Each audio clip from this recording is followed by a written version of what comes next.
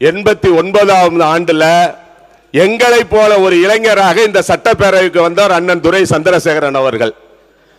நாங்கள் எல்லாம் மாணவர்களாக இருந்த பொழுது இளமையான ஒரு அரசியல்வாதியா அவர் ஆற்றிய பணிகளை எல்லாம் பார்த்து வியந்துதான் நாங்க கூட அரசியலுக்கு வந்தோம் அப்படிங்கறத இந்த இடத்துல அவருக்கு நான் பெருமையா சொல்லிக்கிறேன்.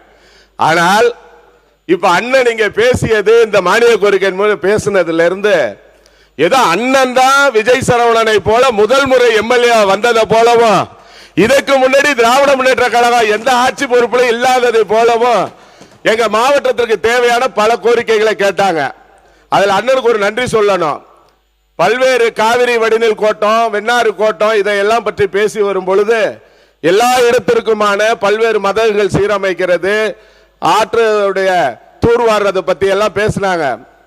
அண்ணனுடைய கடந்த 5 ஆண்டு காலத்துல எவ்வளவு பெரிய திட்டங்களை எல்லாம் தீட்டி இருக்க முடியும். ஏன்னா அண்ணன் திராவிட முன்னேற்ற கழகத்தின் மாவட்ட செயலாளர், வலிமை மிகுந்த மாவட்ட செயலாளர், எவரையும் எளிதில் கவர்ந்து விடக்கூடிய. இப்ப சொன்னார் தலைவரை நாங்க சந்தித்தோம்னா 4000 கோடியை வாங்கி வந்தாங்க எங்க வருவாய்த்துறை அமைச்சர்னு. அதே போல எங்க அண்ணன் எங்கள் களத்துல அரசியலில் எதிர்ப்பா இருந்தாலும் களத்துல எல்லோரையும் ரொம்ப பாராட்டி பண்பா நடக்கிறவரு. நினைத்திருந்தால் 2 நிமிஷத்துல சொல்லிடுறேன் எதுக்காக. எங்களுடைய கள்ளப்பெரும்பூர்ல தஞ்சையின் நீராதாரமாக அடித்தளத்தில் இருக்கக்கூடிய நீராதாரத்தை வழங்கக்கூடிய செங்கழுநீர் ஏரிக்கு அண்ணன் சொந்த நிதிகளின் மூலம் சில செயல்பாடு செய்ய முடியுமா அப்படின்னு கேட்கிறாங்க.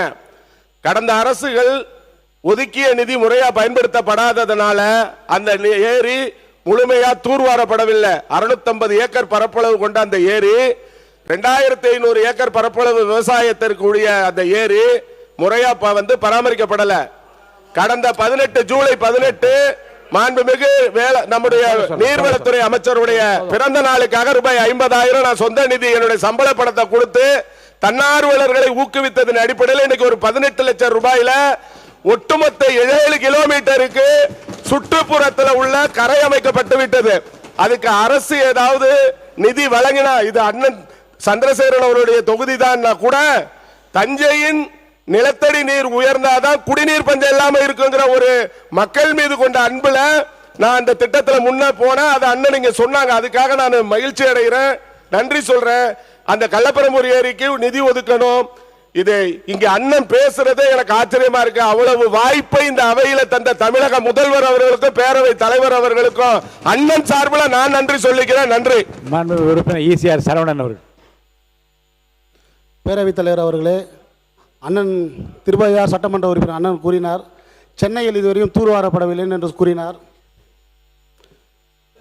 27/7/2026 அன்று முதல் கோயம்பேடு, துறைப்பாக்கம், மணப்பாக்கம், அடையார், அக்கரை, பள்ளிக்கரணை, சைதாப்பட்டை, வேளச்சேரி ஆகிய ஆறுகளில் தூர்வார பணிகள் இன்று வரை நடைபெற்று வருகிறது. இந்த நேரத்தில் தெரிவித்துக் கொள்கிறேன்.